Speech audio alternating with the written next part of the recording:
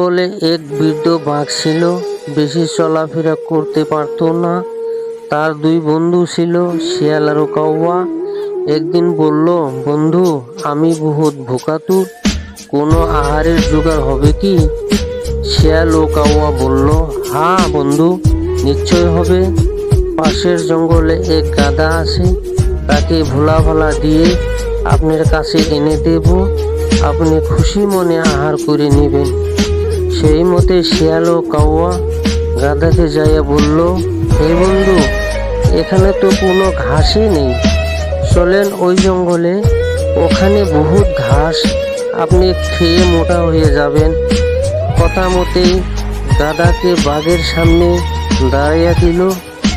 বাঘ দেখে খুশি হয়ে গাধার রক্ত পান করতে লাগলো। কিছুক্ষণ খাওয়ার পর বাঘ শিয়ালকে বলল, হে বন্ধু, আপনি পহরা দিন, আমি কিছু পানি খেয়ে আসি। শিয়াল পণ্ডিত সুযোগ বুঝে গাধার মগজু খেয়ে ফেলল।